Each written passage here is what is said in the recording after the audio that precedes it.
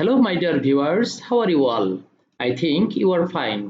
Today, in this tutorial, we will do some exercise on prepositions. Okay, let's start. Number A.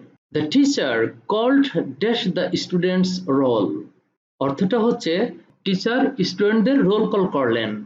এখন roll call করা এর ইংরেজিটা কি? আমরা কল দিয়ে রোল কল করার একটা ইংরেজি জানি, সেটা হলো কল ওভার। এখন call over the students name অথবা স্টুডেন্টস রোল এভাবে হয়ে থাকে। এখানে আছে স্টুডেন্টদের রোল ডাকলেন, তাহলে কি হবে? The teacher called over the students roll. তাহলে কেন হলো দেখুন, কল ওভার হচ্ছে কারো নাম ধরে বা রোল ধরে ডাকা, বিশেষ করে স্টুডেন্টের নাম বা রোল ধরে ডাকা অর্থাৎ নাম ডাকা। তাহলে কি হবে? The teacher called over the students roll. Number B, I could not call dash her name. আমরা অর্থটা বোঝাতে চাচ্ছি আমি তার নাম স্মরণ করতে পারলাম না। এখানে কল মানে ডাকা এই অর্থে নয়, এখানে কল দিয়ে একটা ফ্রেজ আছে ঠিক আগেরটার মতো, কল ওভার ওটার মতো এরকম একটা ফ্রেজ, যেটার অর্থ হবে স্মরণ করা অর্থ। স্মরণ করা ইংরেজি কি? রিমেম্বার। ঠিক ওইটারই কল দিয়ে একটা ফ্রেজ আছে, সেটা হলো কল আপ অর্থাৎ স্মরণ করা, রিমেম্বার। তাহলে কি হবে? I could not call up her name. আমি তার নাম স্মরণ করতে পারছিলাম না। তাহলে বলুন তো, কল আপ মানে হলো কি? স্মরণ করা। তাহলে কি হবে? I could not call up her name. আমি তার নাম স্মরণ করতে পারছিলাম না। Number C, students should carry dash their studies. এখানে সেন্টেন্সের অর্থটা কেমন বোঝাচ্ছে? যে ছাত্রছাত্রীদের উচিত তাদের পড়াশোনা চালিয়ে যাওয়া এই অর্থে। এখানে ক্যারি মানে তো হলো বহন করা, কিন্তু এখানে বহন করা অর্থ হবে না, চালিয়ে যাওয়া অর্থ হবে। তাহলে ক্যারির সাথে কি ধরনের প্রিপোজিশন দিলে চালিয়ে যাওয়া অর্থ হবে? যেমন গো অন মানে চালিয়ে যাওয়া, ঠিক অনুরূপ ভাবে ক্যারি অন মানেও চালিয়ে যাওয়া। তাহলে কি হবে? এখানে হবে carry on. The students should carry on their studies. ছাত্রছাত্রীদের উচিত তাদের পড়াশোনা চালিয়ে যাওয়া অর্থাৎ কন্টিনিউ করা সেন্সে এখানে ব্যবহার করা হয়েছে। Number D, they are now dash the party অথবা they are now dash the concert অথবা ড্যাশ দ্য মিটিং অথবা ড্যাশ দ্য কনফারেন্স। অর্থাৎ তারা এখন পার্টিতে আছে, কনসার্টে আছে, মিটিংয়ে আছে অথবা কনফারেন্সে আছে, এরকম অর্থ বোঝাতে চাচ্ছে সেন্টেন্সটি। তাহলে কি হবে বলুন তো? অ্যাট হবে। তাহলে কি হবে? They are now at the party, at the concert, at the meeting এরকম ব্যবহার করা হয়। তাহলে আমরা এখানে অ্যাট দিয়ে দেব, they are now at the party এরকম, অথবা they are now at the concert.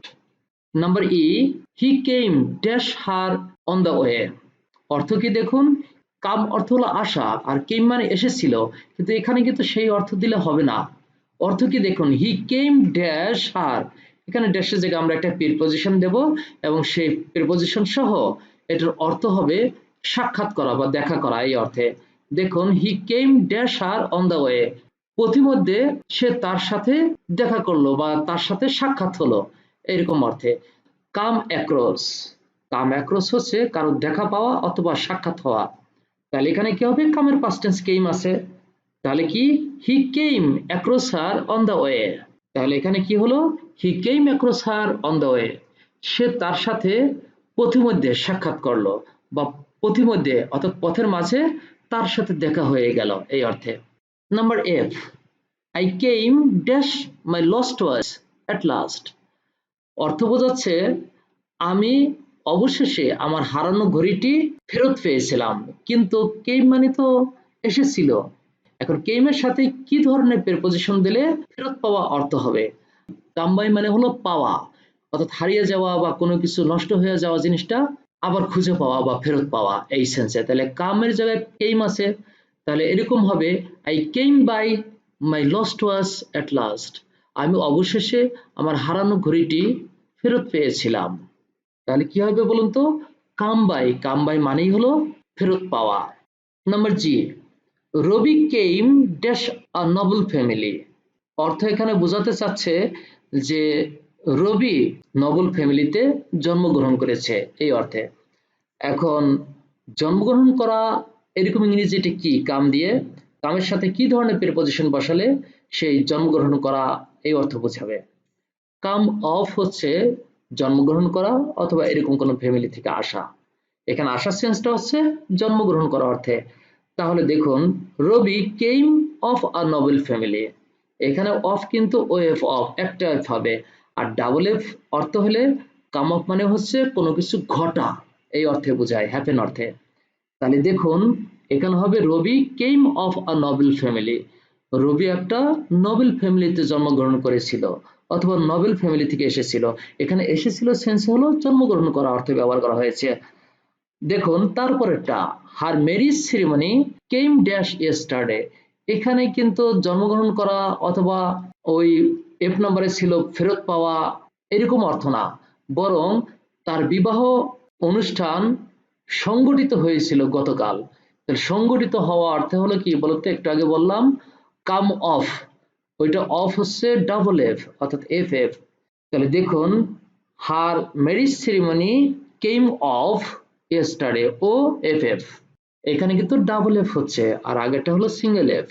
তাহলে her marriage ceremony came off yesterday, গতকাল তার বিবাহ অনুষ্ঠান হয়েছিল। Number I, the village Somal is cut dash from the rest of the world, পৃথিবীর বাকি অংশ থেকে এই সোমাল গ্রামটি বিচ্ছিন্ন বা আলাদা হয়ে আছে, এই অর্থ বোঝাচ্ছে এখানে। এখন বিচ্ছিন্ন বা আলাদা হয়ে আছে এরকম ইংরেজিটি কিরকম, অর্থাৎ কাটের সাথে কি দিলে এরকম অর্থ হয়, কাট অফ। অফ মানে কিন্তু বন্ধ হয়ে যাওয়া, বিচ্ছিন্ন হওয়া, এরকম অর্থই বোঝায় বেশিরভাগ ক্ষেত্রে। যদিও আগেরটা কাম অফ মানে হলো ঘটা, এই সেন্সে ব্যবহার করা হয়েছে, কিন্তু অধিকাংশ ক্ষেত্রেই অফ অর্থ হলো বন্ধ হয়ে যাওয়া, দূরে অথবা আলাদা হয়ে যাওয়া, এরকম অর্থ বোঝায়। তাহলে দেখুন এখানে কাট অফ অর্থ হলো বিচ্ছিন্ন হয়ে যাওয়া, the village Somal is cut off from the rest of the world, সোমাল গ্রামটি পৃথিবীর বাকি বা অন্যান্য অংশ থেকে সম্পূর্ণ আলাদা হয়ে আছে।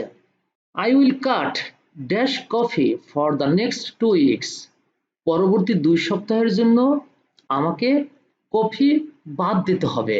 এখানে কিন্তু বাদ দেওয়া অর্থে ব্যবহার করা হয়েছে। কাট অফ হচ্ছে বিচ্ছিন্ন করা, কিন্তু এখানে কিন্তু বিচ্ছিন্ন করা না, কোনো আইটেম থেকে বা কোনো কিছু থেকে বাদ দেওয়া, এক্সক্লুড করা। তাহলে এক্সক্লুড করার সেন্সে আমরা কিন্তু কাট আউট ব্যবহার করে থাকি। তাহলে কি হবে, I will cut out coffee for the next 2 weeks, অর্থাৎ পরবর্তী 2 সপ্তাহের জন্য আমাকে কফি বাদ দিতে হবে, অর্থাৎ আমি কফি বাদ দিব। আমরা 32 তে চলে যাই। Number A, the principal gave dash the prizes, the principal gave away the prizes, give away হচ্ছে কোনো পুরস্কার বা এরকম কোনো সামগ্রী বিতরণ করা। তাহলে এখানে কি হবে, give এর past tense আছে gave, the principal gave away the prizes, অধ্যক্ষ ওই প্রাইজগুলোকে দিয়ে দিলেন অর্থাৎ প্রাইজ দিলেন। Number B, the enemy gave dash at last, দেখুন আগেও গেভ দিয়ে আছে কিন্তু তার সাথে অ্যাওয়ে হয়েছে, গিভ অ্যাওয়ে হচ্ছে ডিস্ট্রিবিউট করার সেন্সে ব্যবহার করা হয়েছে অর্থাৎ বিতরণ করা। কিন্তু পরেরটা দেখুন number B, the enemies gave dash at last, এখানে কিন্তু অর্থ বোঝাচ্ছে শত্রুরা অবশেষে সারেন্ডার করেছিল বা পরাজিত হয়েছিল, এরকম অর্থ বোঝাবে। এখন গিভ ইন মানে কিন্তু সারেন্ডার করা, তাহলে গিভের পাস্ট টেন্স এখানে গেভ হয়েছে, তাহলে অবশ্যই আমাদেরকে ইন দিতে হবে। The enemies gave in at last, শত্রুরা অবশেষে সারেন্ডার করেছিল বা পরাজিত হয়েছিল অথবা আত্মসমর্পণ করেছিল। Number C, you should give dash your bad habits, এখন গিভের সাথে কি ধরনের প্রিপোজিশন দিলে পারে ত্যাগ করা অর্থ বোঝাবে। এখানে কিন্তু খারাপ অভ্যাস তোমার দূর করা উচিত বা ত্যাগ করা উচিত, এইরকম অর্থ বোঝাচ্ছে। তাহলে অবশ্যই আমরা একটা ফ্রেজ জানি, গিভ আপ মানে হলো ত্যাগ করা। তাহলে কি হবে, you should give up your bad habits, তোমার উচিত তোমার খারাপ অভ্যাসগুলো ত্যাগ করা। Number D, try to lay dash something for your old age, তোমার বৃদ্ধ বয়সের জন্য তুমি কিছু রেখে দাও, এরকম অর্থ বোঝাচ্ছে অর্থাৎ সঞ্চয় করো। তাহলে লের সাথে কি হবে, লে বাই মানে হচ্ছে সঞ্চয় করা অথবা ভবিষ্যতের জন্য বা পরবর্তীতে ইউজ করার জন্য রেখে দেয়া, অর্থাৎ সেভ করা, সঞ্চয় করা অর্থ বোঝাচ্ছে এখানে। লের সাথে কি হবে, বাই, তাহলে try to lay by something for your old age, তোমার বৃদ্ধ বয়সের জন্য তুমি কিছু সঞ্চয় করার চেষ্টা করো। Number E, many heroic sons laid dash their lives, তাহলে অনেক সাহসী সন্তান তাদের জীবন উৎসর্গ করেছিল, এরকম অর্থ বোঝাচ্ছে এখানে। এখন লের সাথে কি ধরনের প্রিপোজিশন বসালে সেটা ডেডিকেট বা স্যাক্রিফাইস অর্থ বোঝাবে।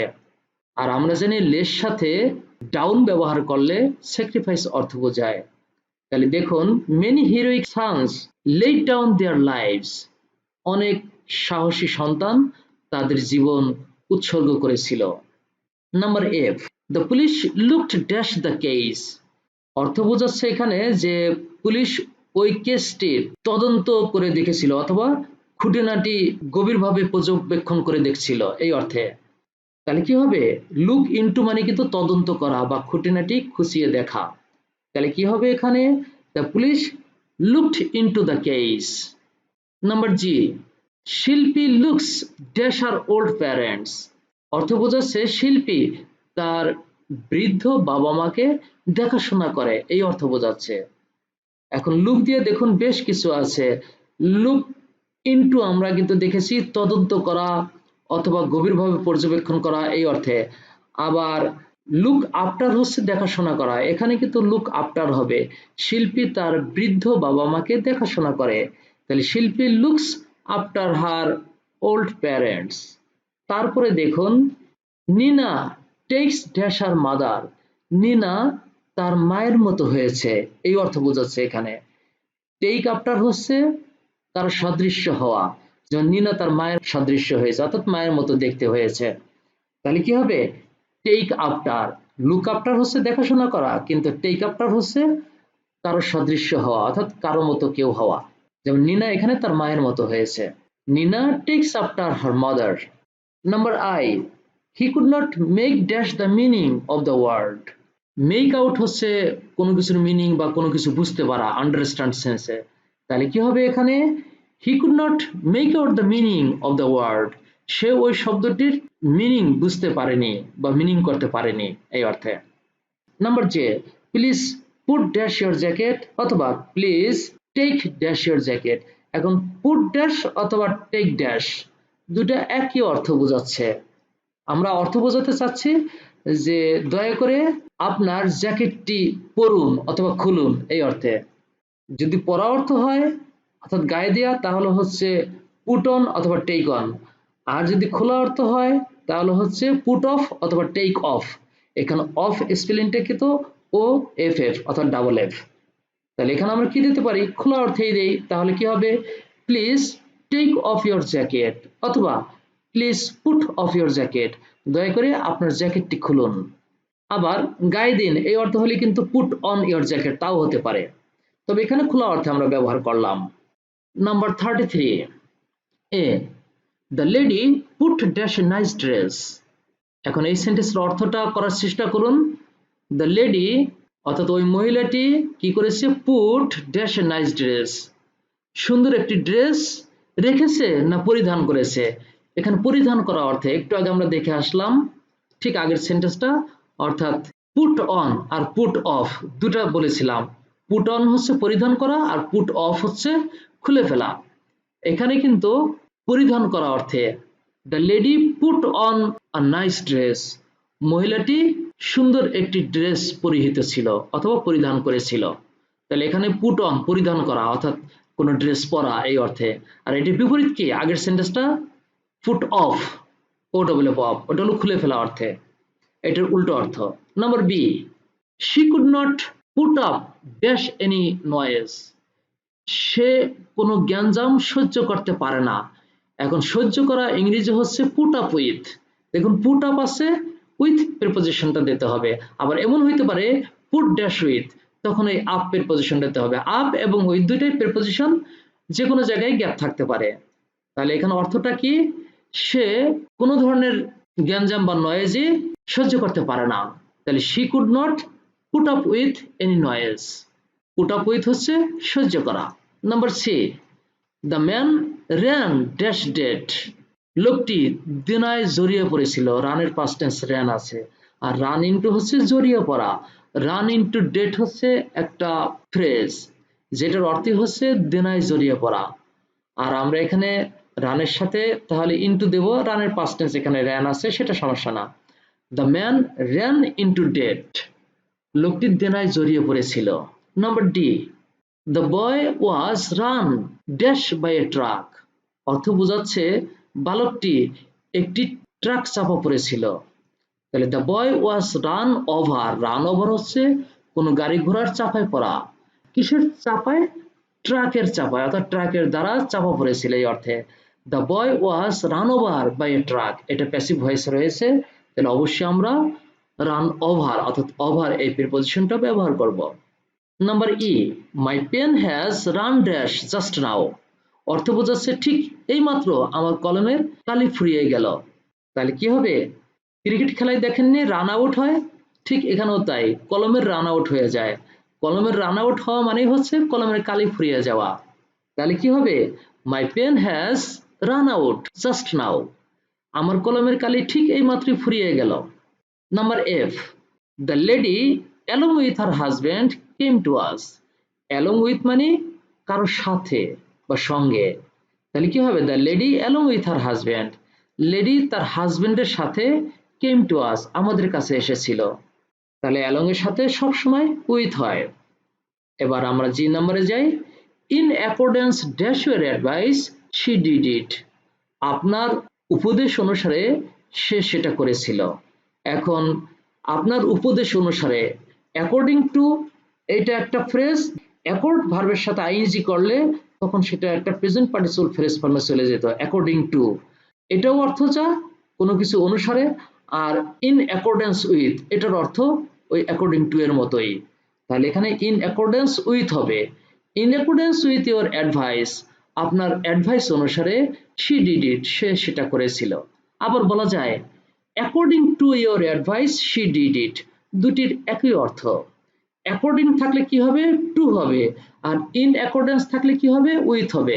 তবে এখানে খেয়াল রাখুন, ড্যাশ অ্যাকর্ডেন্স উইথ এরকমও থাকতে পারে। এখানে উইথ এই প্রিপোজিশনটি গ্যাপ না দিয়ে গ্যাপটা শুরুতেও থাকতে পারে, এখানে ড্যাশ দিয়ে দিতে পারে ইনের পরিবর্তে। তাহলে ড্যাশ অ্যাকর্ডেন্স উইথ এরকম থাকলে আপনি ইন দিয়ে দেবেন, কারণ ইন অ্যাকর্ডেন্স উইথ মানে হচ্ছে অ্যাকর্ডিং টু, অর্থাৎ বাংলা হচ্ছে অনুসারে, এরকম একটি ফ্রেজ এটি। Number 8, in the course of time, এখানে অফ হবে অবশ্যই, এটা একটা phrase. In the course of time she realised his mistake, সময়ের তালে তালে অর্থাৎ সময়ের যাওয়ার সাথে সাথে সে তার ভুল বুঝতে পেরেছিল। তাহলে in the course of time she realised his mistake, এটি কিন্তু একটা phrase, in the course of time. Number I like to tell this on behalf of my team, লক্ষ্য করুন অন বিহাফ অফ কোনো কিছুর পক্ষে, এখানে আমি আমার টিমের পক্ষে আমি এই কথা বলতে চাই।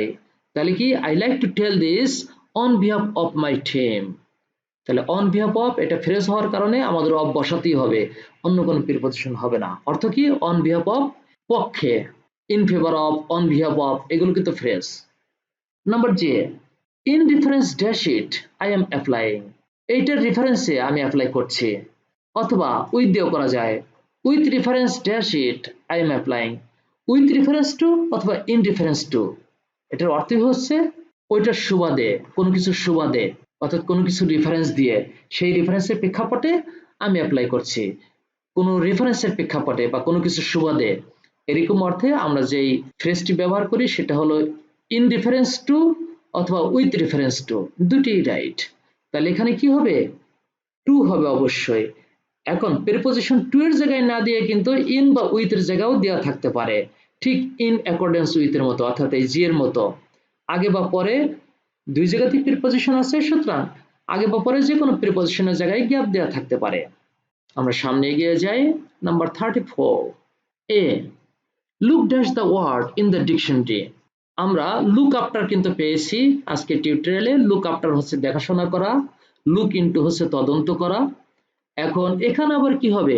ডিকশনারিতে ওয়ার্ড খোঁজা, অর্থাৎ অভিধানে ওয়ার্ড খোঁজা, অভিধানে বা বইয়ে কোনো ওয়ার্ড খোঁজা, এই সেন্সে আমরা যেটা ব্যবহার করি, যেমন মাইক্রোসফট এক্সেলে লুকআপ ব্যবহার করে, ঠিক এখানেও ডিকশনারিতে ওয়ার্ড খোঁজা বা কোনো শব্দ খোঁজার অর্থে আমরা লুক আপ ব্যবহার করে থাকি। তাহলে কি হবে? Look up the word in the dictionary, এখানে কিন্তু লুক ফর দিবেন না, লুক ফর হচ্ছে অন্য কিছু খোঁজা, অর্থাৎ সে একটা চাকরি খুঁজছে বা কাউকে খুঁজছে এরকম অর্থে লুক ফর। আর লুক আপ হচ্ছে কোনো বইয়ের শব্দ খোঁজা, ডিকশনারিতে শব্দ খোঁজা, অথবা এক্সেলে কোনো রুলের আন্ডারে এরকম কোনো শব্দ খোঁজা বা কোনো একটা তথ্য খুঁজে বের করা, এরকম look up.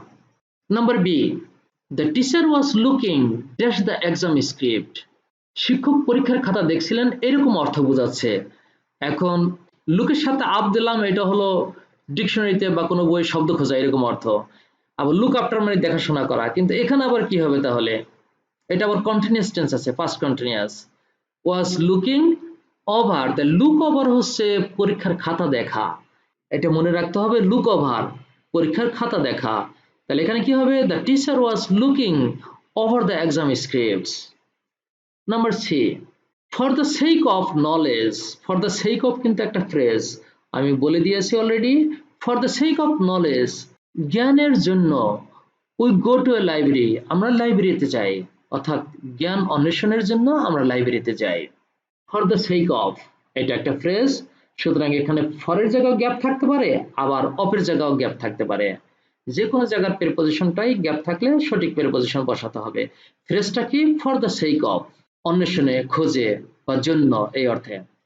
In line with, D নাম্বারে দেখুন, এটি আরেকটি ফ্রেজ। ইন লাইন উইথ অর্থ কি? কোনো কিছুর সাথে সঙ্গতি রক্ষা করে চলা বা তাল মিলিয়ে চলা, কোপ আপ উইথ এর মতো। তাহলে এখানে কি হবে? In line with the modern world, আধুনিক বিশ্বের সাথে তাল মিলিয়ে কি করতে হবে? উই ইউজ টেকনোলজি, আমরা টেকনোলজি ব্যবহার করে থাকি, অর্থাৎ আমরা প্রযুক্তি ব্যবহার করি আধুনিক বিশ্বের সাথে তাল মিলিয়ে মিলিয়ে।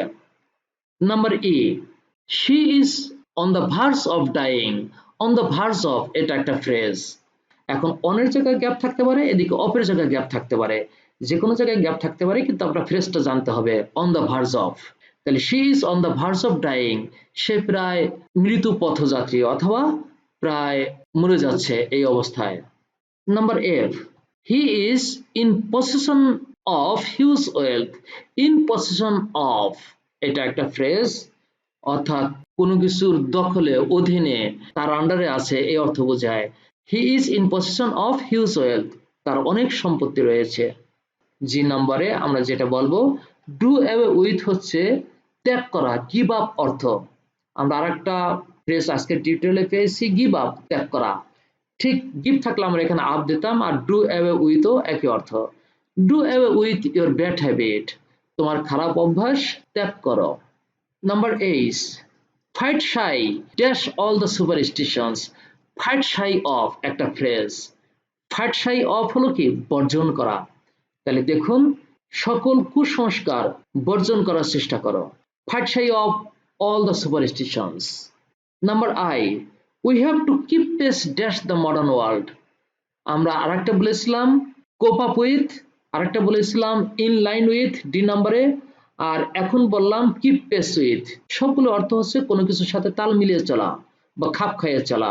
তাহলে কি হবে? We have to keep pace with the modern world, আধুনিক বিশ্বের সাথে আমাদেরকে তাল মিলিয়ে চলতে হবে।